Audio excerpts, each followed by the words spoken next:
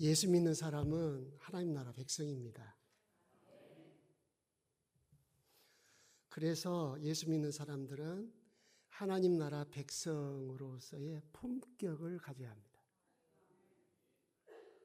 그리고 하나님 나라 백성으로 살아야 합니다. 왜 그리스도인이 하나님 나라 백성입니까? 그리고 왜 하나님 나라의 백성으로 살아야 합니까? 계시록은 종말론적 관점에서 굉장히 중요한 것들을 가르칩니다. 우리의 삶이 어떻게 전개되든지 종말론적 관점에서 늘 자신을 보지 않으면 삶의 실패자가 될 수 있습니다. 그래서 종말론에 보여진 구원론에 대한 메시지는 매우 중요하다고 볼 수 있습니다.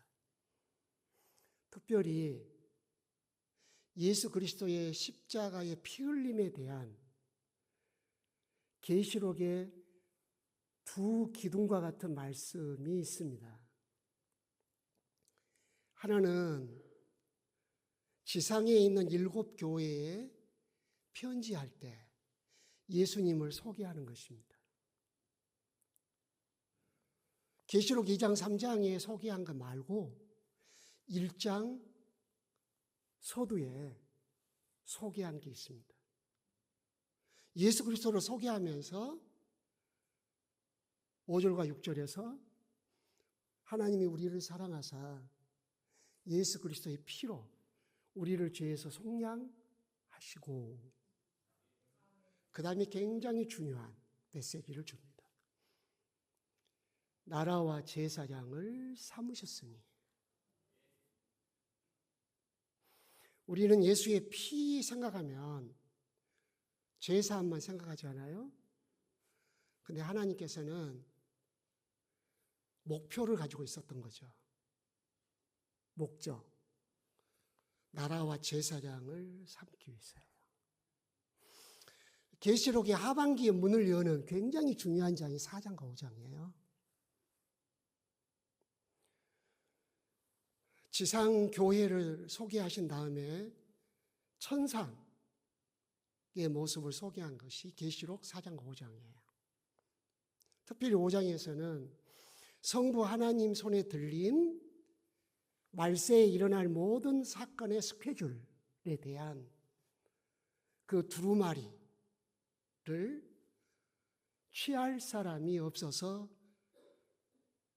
천사들이 또 거기에 있는 보좌에 둘러선 자들이 울었어요. 그때 일찍 죽임을 당하신 하나님의 어린 양이 그 두루마리를 취하시고 인봉을 떼시기에 합당하시다고 말씀을 합니다.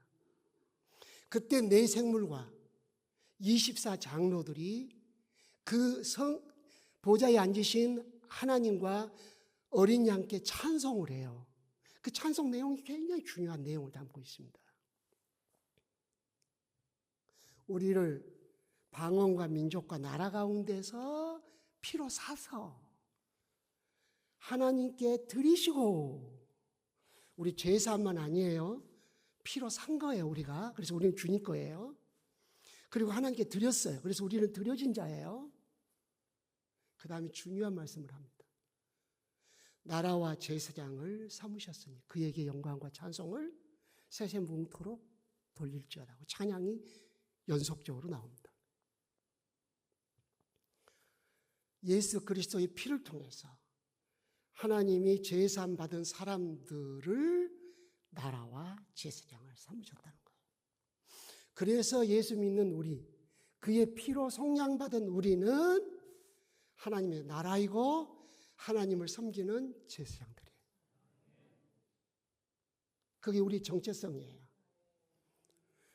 사회적 신분이나 지위, 그것은 유한적이고 항상 지나가요. 절대적인 게 아니에요. 우리 그리스도인의 정체성이에요. 나라와 제사장. 다음에 차차 우리가 왜 하나님 나라 백성의 정체성을 드러내며 살아가야 하는가? 왜 그런 품격, 그런 인격, 그리고 그런 삶을 드러내야 하는지를 설명해 갈 거고요. 또 하나 말씀드리자면 요한복음 3장에서 굉장히 중요한 거듭남을 말씀하시잖아요. 3장 3절과 3장 5절에서 성령으로 거듭난 사람, 그 사람은 하나님 나라를 본다 그랬어요. 그리고 하나님 나라에 들어간다라고 하셨어요. 우리는 거듭났다고 하는 증거를 하나님 나라를 지향함으로 표현하는 거예요. 나는 하나님 나라 백성이다. 하나님 나라 백성으로 살아야 한다. 라고 하는 그 신앙의 태도를 통해서 거듭난 본성이 신앙생활을 통해서 표현되는 겁니다. 그래서 우리 그리스도인들이 하나님 나라의 백성이라는 의식과 하나님 나라 백성으로 살아가야 한다는 그 깨우침을 가지고 새롭게 성령을 의지해서 작정하는 것은 매우 중요한 일입니다.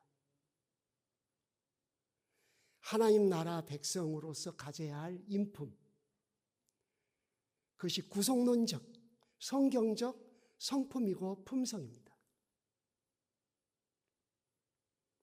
그리고 하나님 나라의 법을 따라 살아가는 것, 이것이 그 사람의 삶을 통해서 드러내는 성품이고 품성이라고 말할 수 있습니다. 성경은 창세기서부터 계시록까지 우리가 하나님 나라 백성이고 하나님 나라 백성으로 살아야 한다는 것을 말씀합니다. 오늘 첫 번째 시간이잖아요. 어떤 식으로 우리가 하나님 나라 백성이 되었고 어떻게 하나님 나라 백성으로 살아가야 할지 말씀하고 있는 것들을 살펴보고자 합니다. 오늘 본문에는 타락하기 이전의 아담에게, 타락하기 이전이에요. 아담에게 두 가지 은혜를 베푸신 하나님의 은혜를 소개하고 있습니다. 네 가지? 두 가지. 첫째는 아담을 옮겨주신 은혜입니다. 어디로? 에덴 동산으로. 오늘 읽으시지 않았지만 8절에 보시면 하나님이 에덴 동산을 특별히 창설하셨어요. 여러분 생각해 보세요. 하나님의 모든 피조물이 다 하나님 나라 아닌가요? 그죠? 다 하나님 나라예요. 근데 왜 특별히 에덴 동산을 창설하셨을까요?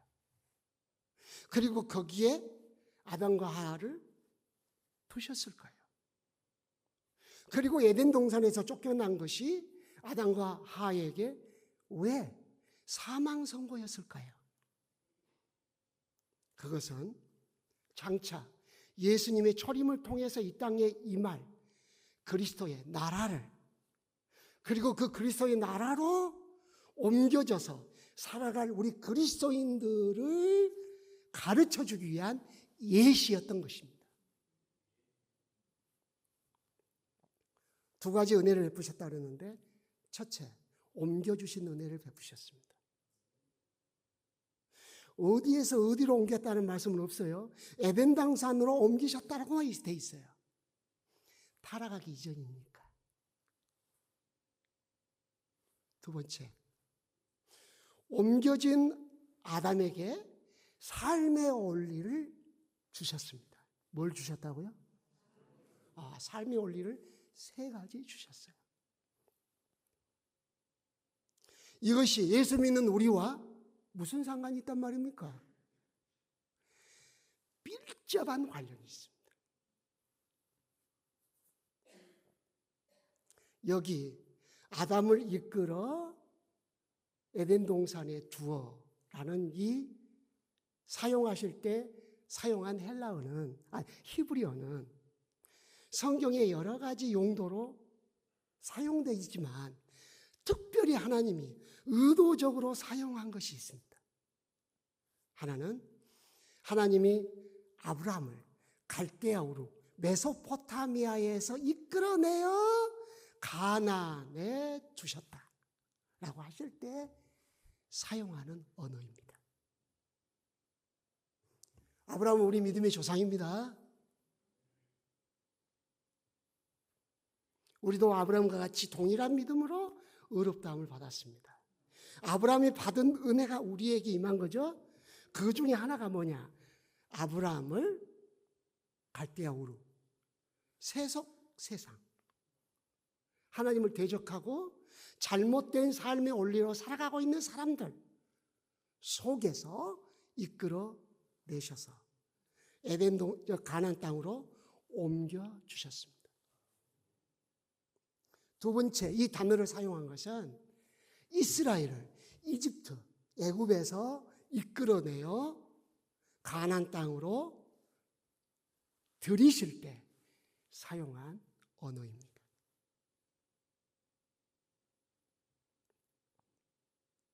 그럼 우리 그리스도인들은요? 네, 그리스도인들도 하나님께서 이끌어 예수 그리스도의 나라로 옮기셨습니다. 대표적인 성경 구절이 골로새서 1장 13절 14절입니다. 하나님이 우리를 사랑하셔서 어둠의 권세에서 흑암의 권세에서 우리를 건져내사 그의 사랑의 아들의 나라로 옮기셨으니 우리가 그 아들 안에서 속량 곧 구속함을 입었도다.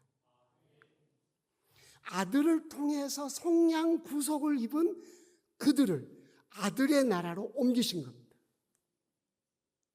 어떤 상태에서? 흑암의 권세에서.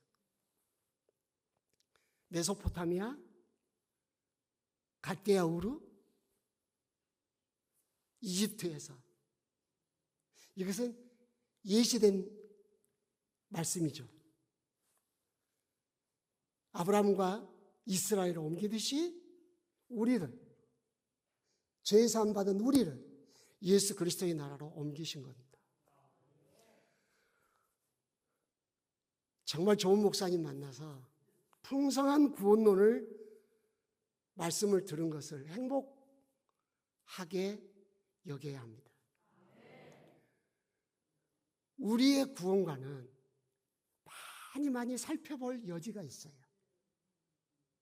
그 중에 하나가 제사함 받은 자들에게 베푸시는 하나님의 은혜를 빼놓고 설명한 것이 많아요. 그 중에 하나가 우리를 옮기셨다는 겁니다. 제사함 받은 우리를 하나님이 이미 옮기셨어요. 이미 옮기셨다고요. 그래 놓고 우리를 옮겨가라고 말씀하셔요. 아브라함을 옮겨가라고 말씀하시듯이 이스라엘을 광야를 거쳐 가나안으로 옮겨가도록 이끄심과 같이 우리를 이끄셔요. 차차 살펴보겠지만 에베소서에 나타난 옷을 벗고 새 옷을 입으라. 옛사람을 버리고 새 사람을 입으라. 이것도 과정이에요. 옮겨졌으니까 옮겨가라는 이야기예요. 잘못된 세속적인 개념, 잘못된 삶의 방식, 그것들을 청산하고 예수 그리스도의 통치를 받고 예수 그리스도를 왕으로 받아들여 그의 말씀을 내 마음에 담고 그의 말씀을 내 삶의 원리로 삼기 위해서 힘쓰라는 뜻입니다. 이게 변화예요. 이게 성화라고요.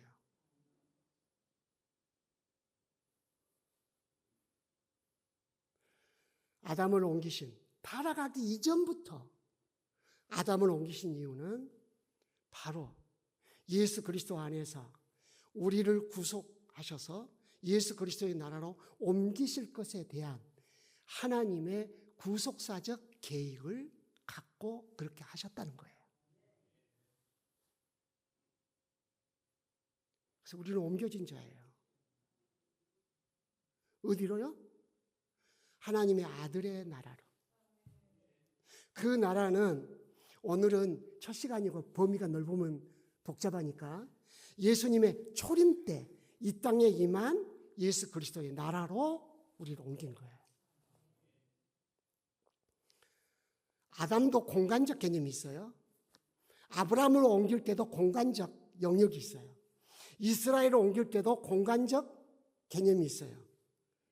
네, 하나님 나라는 공간적 개념을 포함해요. 우리가 죽어서 가는 나라, 하나님 나라도 공간적 개념이에요. 통치적 개념만이 아니에요. 그런데 이 땅에 임한 예수 그리스도의 나라는 통치적 개념이에요.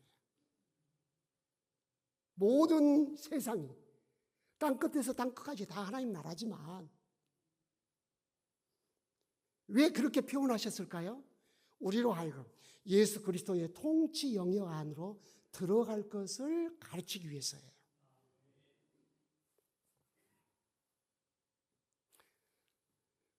아담이 받은 은혜를 아브라함이 받았고 아담이 받은 은혜를 이스라엘이 받은 거죠. 그리고 우리가 받은 거죠. 우리는 옮겨진 자예요. 어디로요? 예수 그리스도의 나라로 옮겨졌어요. 그러므로 나의 왕은 예수 그리스도예요. 예수 그리스도는 성령과 말씀으로 우리를 다스려요. 그러므로 우리는 예수님을 왕으로 모시고 그의 말씀을 내 인격, 마음에 담아서 내 지정의가 그 말씀에 영향을 받도록 해야 돼요. 귀로만 듣지 않아요. 주님은 말씀을 우리 마음에 두기를 원하셔요. 그리고 그것을 삶의 원리로 받아들이기를 원하신다는 거죠. 두 번째 은혜, 삶의 원리를 주셨어요. 첫 번째 주신 삶의 원리가 뭐냐면은 15절, 여러분 15절 보시면 하시고 그랬죠. 16절 이르시되 그랬죠. 17절 하시니라 그랬죠. 연결해서 말씀을 하셨다는 이야기예요. 세 가지 삶의 원리를 주셨어요. 그 첫 번째가 15절이에요. 여호와 하나님이 그 사람을 이끌어 에덴 동산에 두어 그것을 경작하며 지키게 하시고, 원래 이 경작하다는 말에서 경배하다라는 말이 나왔어요. 하나님께 경배하는 거예요. 지키게 하시고라는 이 히브리어 단어는 제사장들에게 사용되었어요. 제사법을 지키면서 철저히 지키면서 제사를 해야 돼요. 안 그러면 곧 그 말씀을 어기면 죽음이 될 수가 있어요. 제사장들이 자기 흥에 겨워서 제사하는 거 아니에요. 이게 멋지지 않겠나 해서 그렇게 제사하는 게 아니라고요. 하나님이 원하시는 대로 제사를 해야 돼요. 그래서 예수님도 하나님 뜻대로 십자가에 죽으신 거죠.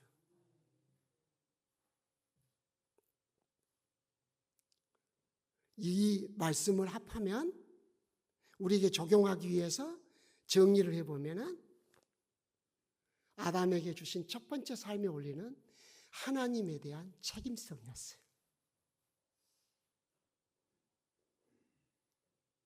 우리 인간이 가지고 있는 가장 기본적인 책임은 하나님에 대한 책임이에요.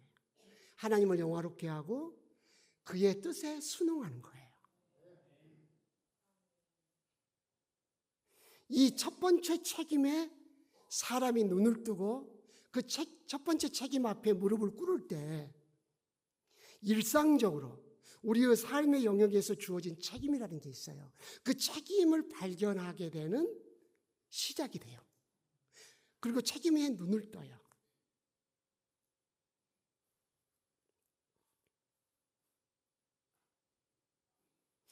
여러분 어때요? 책임을 생각해요? 권리를 생각해요? 대부분의 사람들은 권리를 생각해요. 내가 상처받았어. 권리가 강한 사람일수록 상처도 쉽게 받아요. 권위는 봉사하라고 주신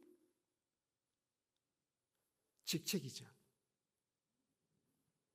근데 권위가 권리가 되면 뭐가 될까요? 권력이 돼요. 나에게 하나님이 허락하지 않는 범주를 넘어간단 말이에요. 그래서 책임의식을 갖는 게 아주 중요해요. 주님이 첫 번째 주신 게 책임이에요.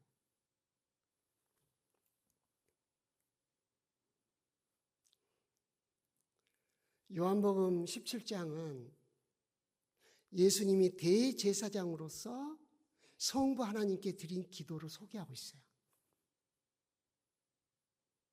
그 가운데 7절과 5절은 책임과 관련돼서 우리가 주목해야 할 말씀이 담겨 있어요.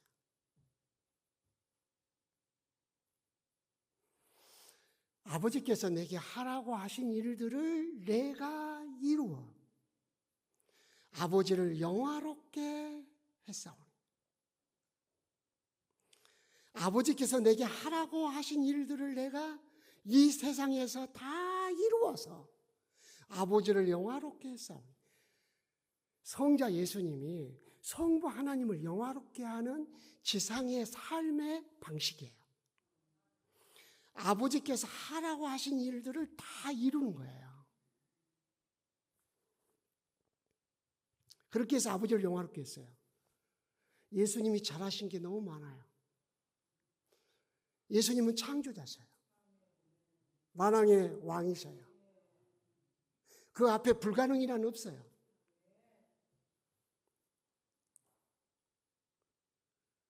그럼에도 불구하고 사람들이 좋아하는 것을 하지 않으셨어요. 박수. 사람들한테 박수갈채 받으려고 하지 않으셨어요. 자기가 좋아하는 것을 하지 않으셨어요. 자기가 좋아하신 것은 아버지의 뜻이었어요.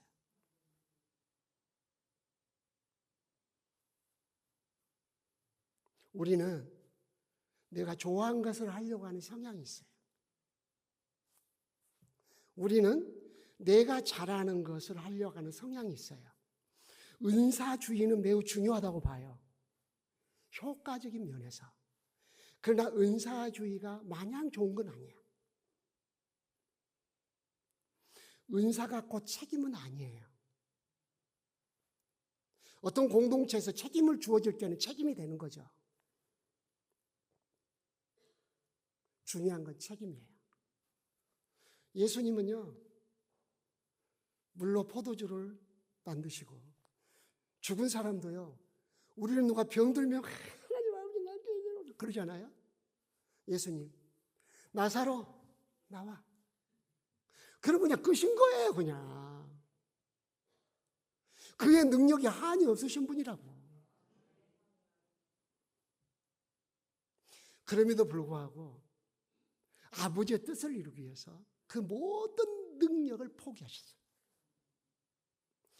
예수님은 아버지가 맡겨주신 그 일을 위해서, 그것을 이루기 위해서 그 길을 가셨어요.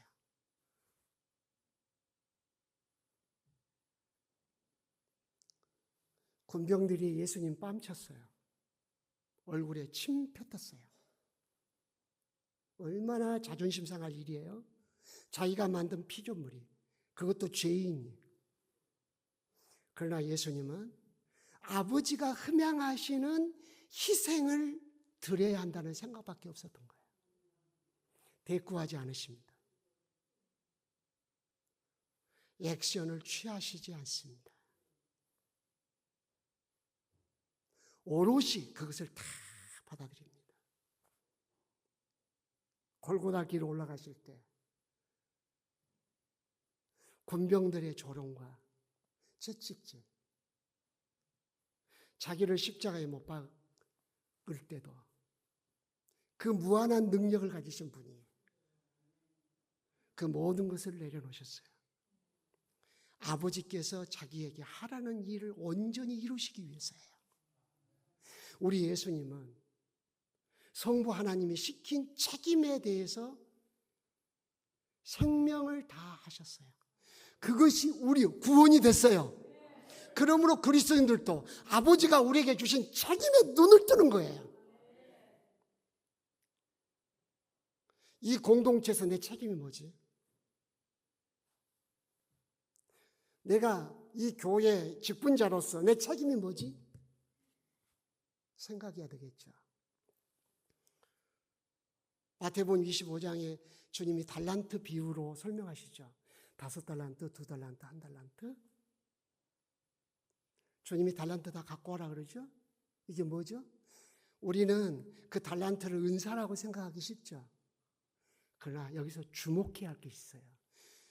하나님이 그들에게 맡기신 거예요. 그것을 가지고 잘 활용해야 할 책임이 있었던 거죠. 주님은 맡기신 책임을 검사하셨어요. 네가 잘하는 것을 조사하지 않으셨어요. 맡기신 책임을 검열하셨다고. 이 세상 풍조가 어때요? 다 자기 과시, 효과주의, 그러지 않아요? 그래서 잘하는 거, 하고 싶은 거, 인본주의가 사람들의 행동 양식을 바꿔놨어요. 자기가 하고 싶은 거 하게 놔둬.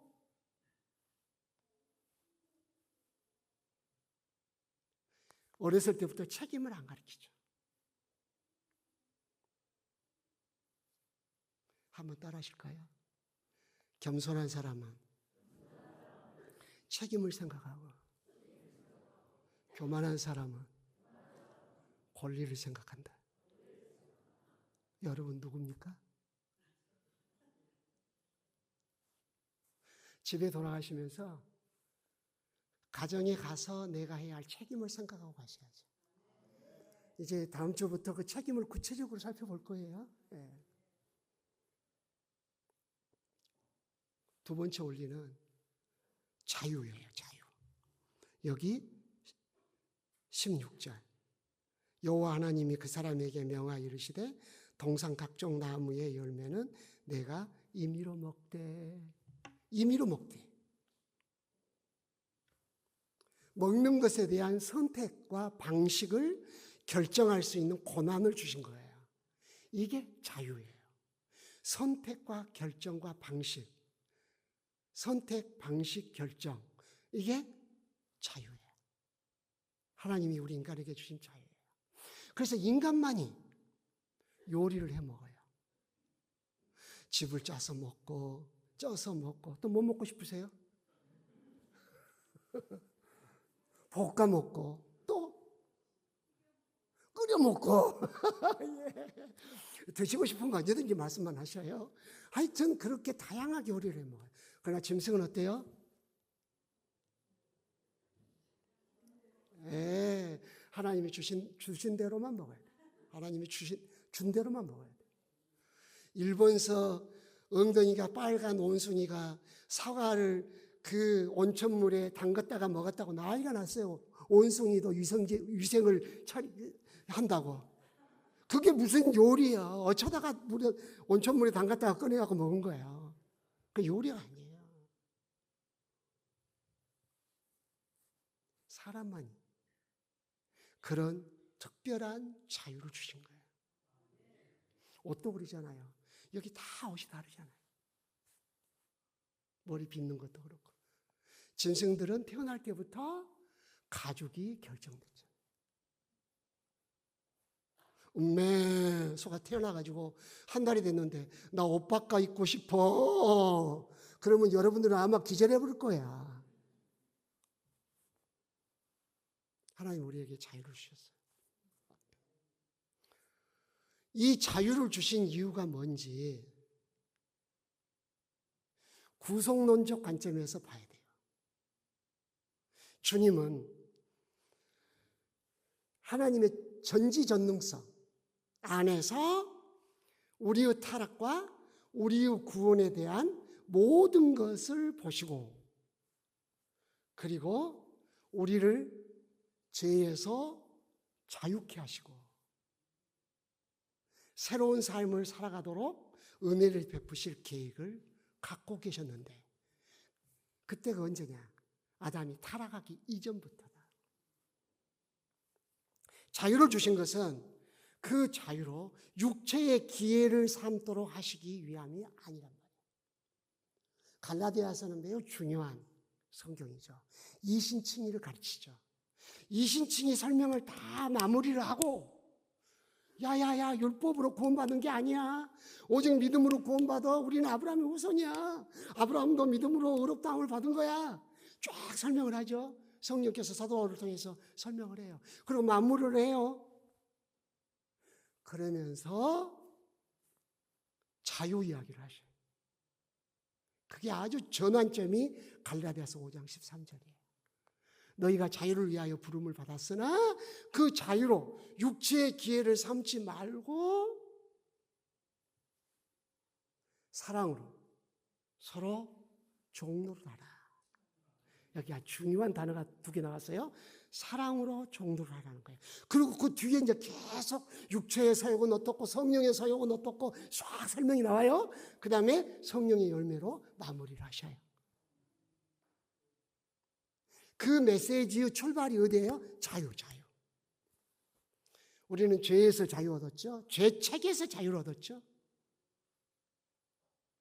이제 나는 죄와 관계없어. 예수께서 십자가에다 내 죄값을 지불하셨어. 이제 내 마음대로 살아도 괜찮아. 올바른 구원론이 아니라는 거야.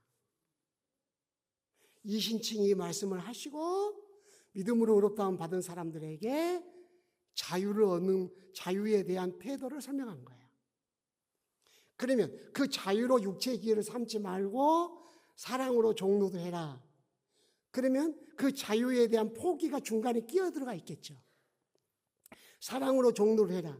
이것을 이해하기 위해서 여러분들을 출애굽기로 모시고 가겠습니다.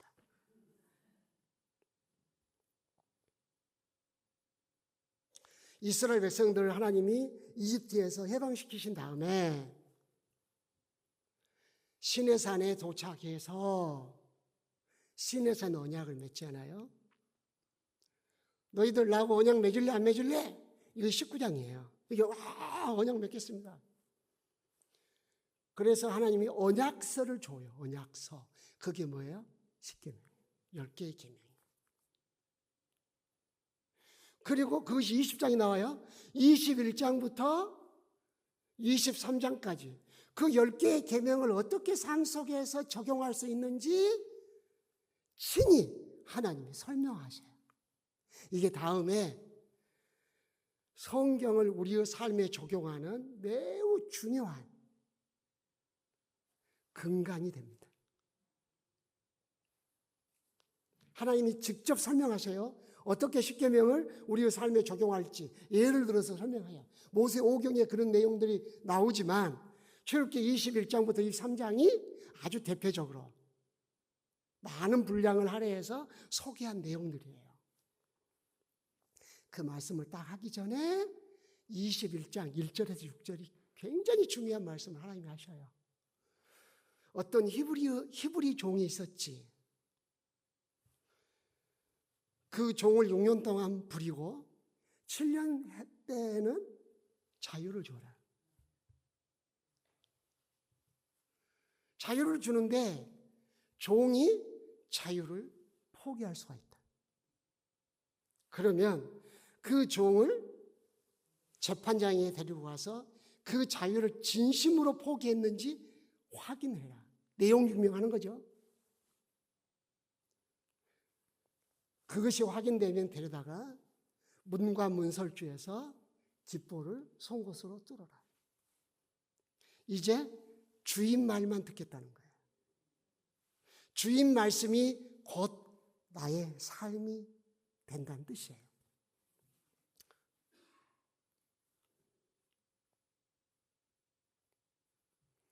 저도 이제 딸아이를 멀리 대학을 보내야 됐습니다. 그래서 가정예배 드리고 보내기 전에 아내랑 같이 딸에게 귀고리를 선물하기로 그래서 금은방에 가서 처음으로 귀를 뚫고 귀고리를 선물로 해줬습니다. 그 의미를 딸은 잘 압니다.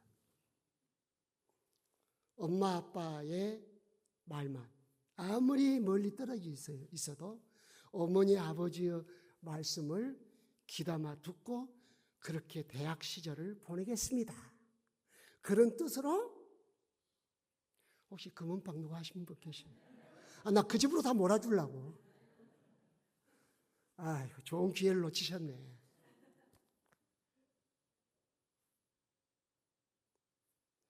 그러면 그 종은 그 주인에게 영원한 종이 되는 거예요. 자, 7년 되던 해에 히브리 종들에게 자유를 줘요. 어떤 주인이 영광을 받을까요? 종을 많이 해방시켜준 주인? 아니면 해방시켜줬는데 종들이 나 안 가요. 나 주인 앞에 영원한 종이 될 거예요. 그런 종들이 많은 종. 목사님처럼 나도 한번 물어보래요. 전자후자?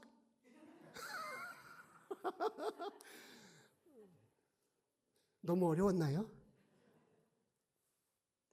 해방을 많이 시켜준 주인이 아니고 해방을 시켜줬는데 자유를 포기하고 자진해서 종이 된 종들이 많은 그 주인이 영광을 받는다 이 말이에요.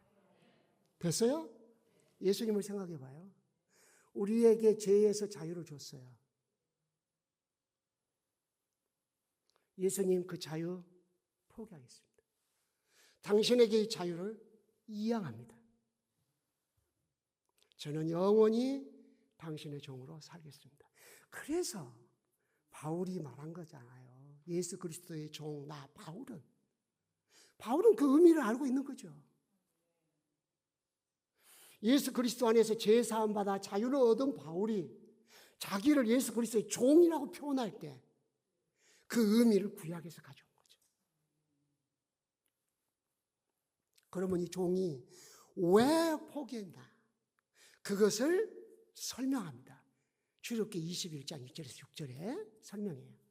내가 주인과 처자를 사랑해서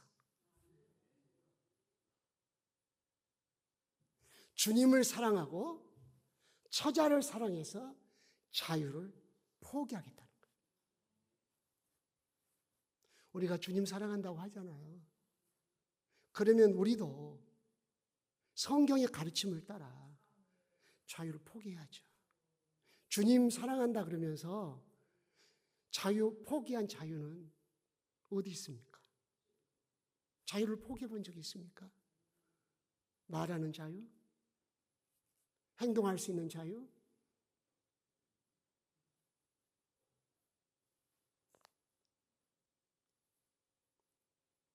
말 조심이라고 아무리 해도 안 돼요. 오죽 했으면 교회는 입밖에 없다 그러겠어요?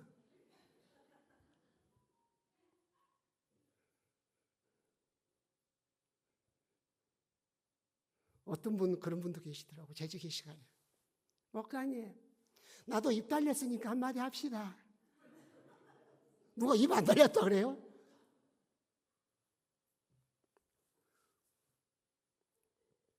자기의 자유를 주님을 사랑함으로 자유를 포기하는 거예요. 포기를 떠나서 이양하는 거예요. 주님께 내 자유를 드리는 거예요. 그래야 내 자유를 주님을 위해서 쓰겠다는 뜻이거든요. 자기 처자를 사랑하면 자유를 포기하게 돼 있어요. 술 먹을 수 있는 자유, 마음대로 행동할 수 있는 자유, 처자를 사랑하는 사람일수록 포기하는 자유가 많게 돼 있어요. 나도 엄청 많아요.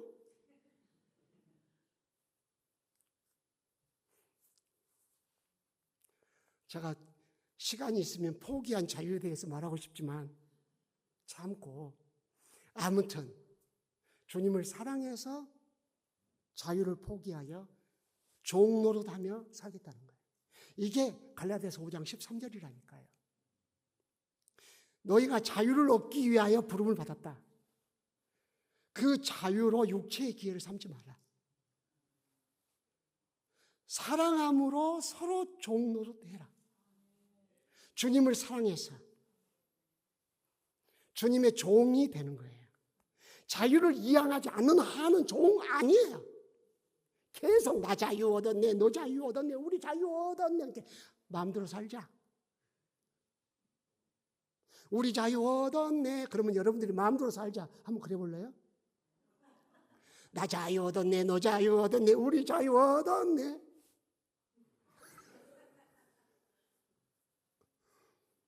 그럴 수 없어요. 자유로 주님께 이양한 거예요. 이스라엘 백성들이 이집트에서 해방된 후에 자유를 얻었잖아요. 광야를 지나가면서 그 자유를 잘못 사용했어요. 그래서 멸망당했다. 그것이 고린도전서 10장이에요. 그들은 심지어 신령한 물을 마시고 신령한 음료를 마시고 신령한 떡을 먹었대. 성찬식이 참여했다는 뜻이에요. 그들은 세례를 받아 홍해를 지났대.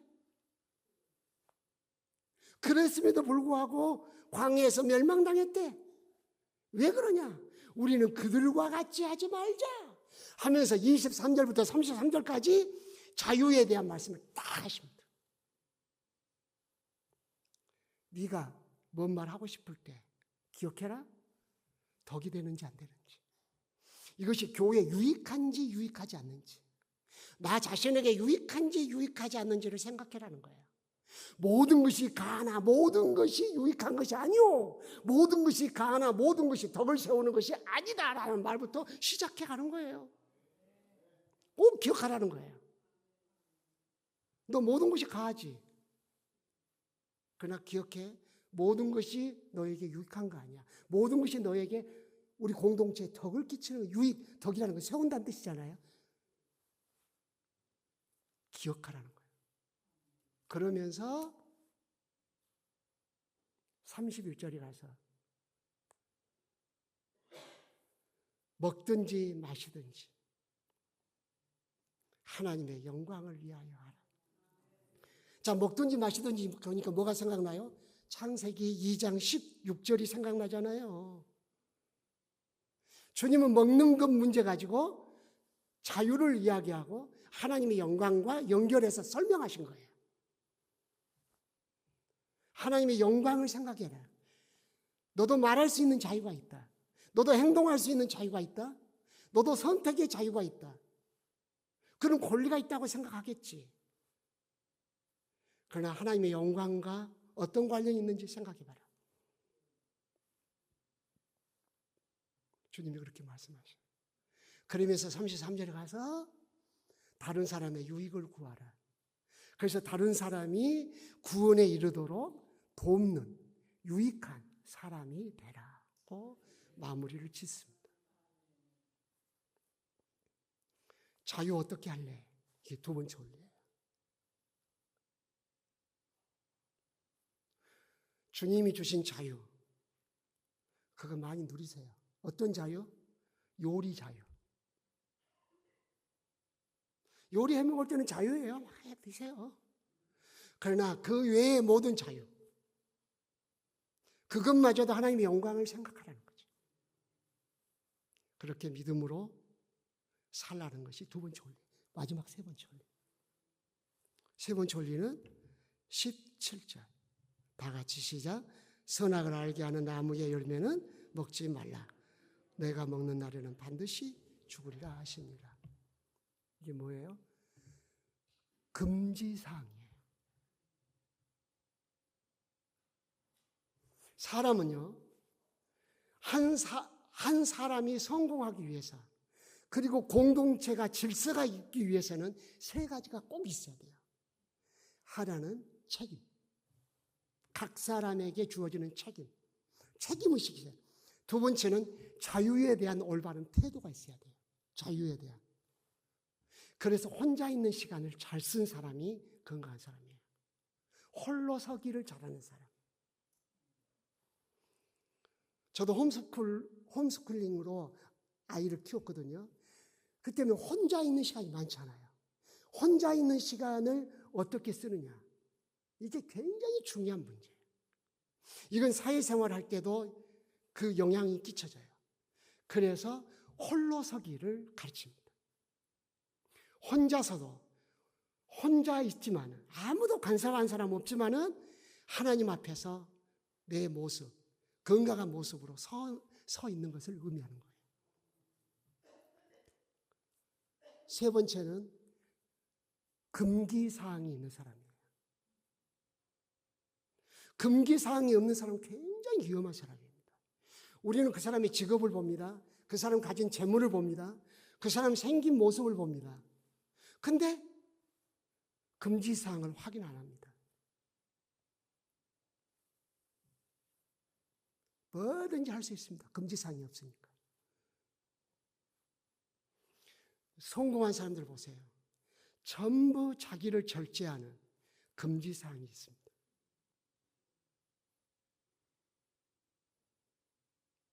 이 세 가지는 10개의 계명을 축소해 놓은 겁니다. 근본 정신이 이게요.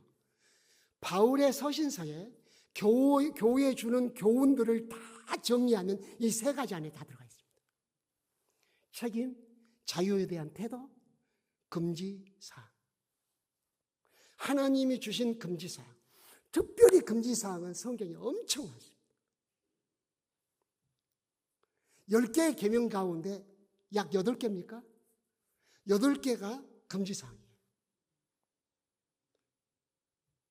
살인하지 말라, 간음하지 말라, 도둑질하지 말라, 거짓 증거하지 말라, 내 이웃의 것을 탐내지 말라. 다 금지사항이에요. 우상을 만들고 절하고 섬기지 말라. 금지사항이에요. 왜 성경에 금지사항을 그렇게 많이 주셨을까요? 그리고 타락하기 이전인데 아담에게 이 금지사항을 주셨을까요? 이것은 겸손과 밀접한 관련이 있습니다. 금지사항에 대한 그 사람의 태도를 보면 그 사람이 겸손한지 그렇지 않는지 알 수 있습니다. 여기 3장에 보면은 3장 5절에 보면 뱀이 사탄이 아담을 유혹할 때 네가 하나님같이 될 거다 라고 유혹을 했어요. 하나님같이 되는 꿈을 꿨다. 이건 교만의 극치입니다. 피조물은 하나님같이 될 수 없습니다. 근데 하나님같이 될 것이다 그 말을 할 때 뭘 건드린 거예요? 선악을 알게 하는 나무의 열매를 따 먹으면 그 말이 금지사항을 건드린 거예요. 성경에서 말씀하신 금지사항에 대한 받아들이는 내 태도는 하나님 앞에서 내가 어떤 자세를 갖고 있는가를 보이는 겁니다.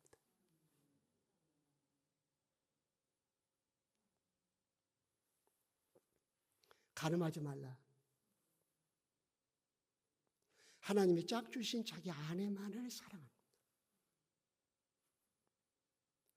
아무리 속이 터져도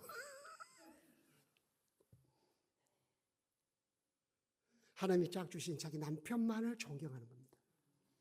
아무리 직장 가서 멋진 남자가 눈에 들어와도 안 됩니다. 오직 내가 존경해야 할 대상은 내 남편입니다. 주님 명령하셨어요. 그리고 금지사항은요, 관계를 파괴합니다. 관계를 보존하는데 금지사항이 굉장한 역할을 합니다. 여기 선악을 알게 하는 나무를 먹고 난 후부터 하나님의 소리를 듣고 여호와의 낯을 피하여 나무 사이 숨었다 그랬어요. 자기를 지으시고 에덴 동산으로 옮겨주신 그 은혜를 베푸신 하나님이 나를 찾아오셔요. 그럼 어떻게 되는 거예요? 난 버선발로 뛰어나가야죠. 근데 어때요? 얼굴을 피하여 숨었어요. 이거 뭐죠? 금지사항을 어겼기 때문이에요. 엄마가 말씀하신 금지사항을 어기면 이전에 엄마와 나와의 관계가 아닙니다. 아무리 연극을 잘해도 마음은 불편합니다. 양심이 소리를 치거든요.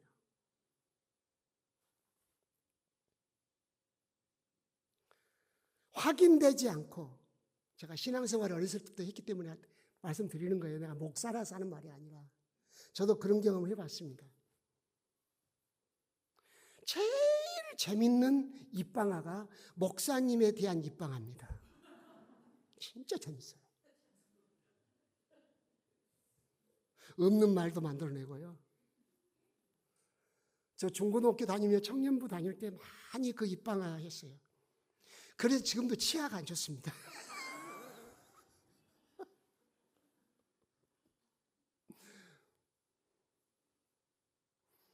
그런 입방아를 찍고 나면 옛날 목사님과 나와의 관계가 아닙니다. 선포되는 말씀이 굴절되어 나한테 들려옵니다. 한번 내가 내 마음에서 굴절이 일어나요. 프리즘처럼 굴절이 일어나요.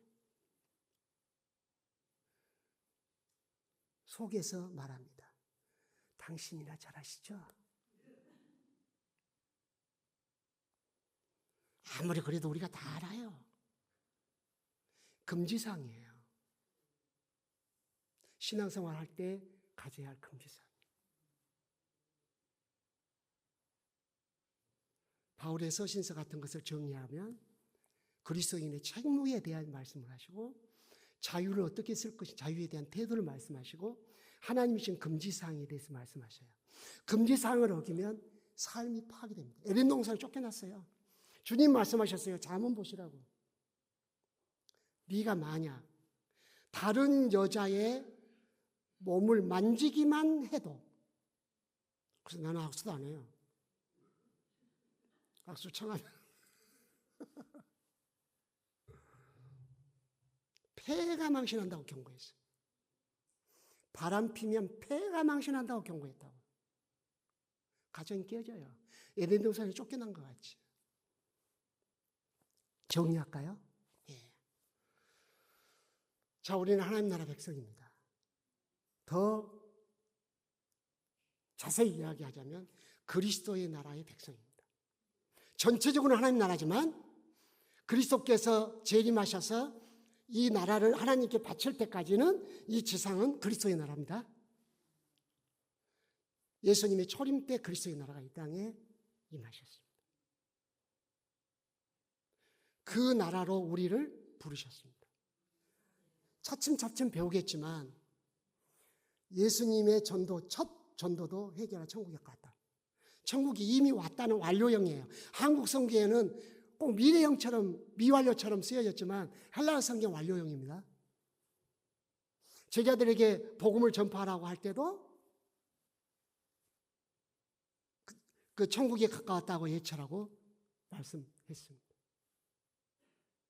천국으로 우리를 부르시는 거예요. 우리는 그리스도의 나라의 백성이고 그렇기 때문에 그리스도의 나라 백성으로서 그리스도의 말씀을 마음에 두어서 내 지정의가 그리스도 나라 백성의 품격을 갖도록 변화시켜야 합니다. 윤리도덕 아닙니다. 성령과 말씀으로 나의 지정의가 변화를 일으키는 겁니다. 그것이 그리스도의 나라 백성의 품격입니다. 그리고 주님이 우리를 다스리십니다. 그래서 그 말씀을 내 삶에 원리로 삼아야 합니다. 이것을 타락하기 이전부터 주님은 아담을 통해서, 아담에게 베푼 은혜를 통해서 우리에게 가르쳐 주셨습니다. 예수 믿는 우리를 예수 그리스도의 나라로 옮겨주셨습니다. 그리고 삶의 원리들을 주셨습니다.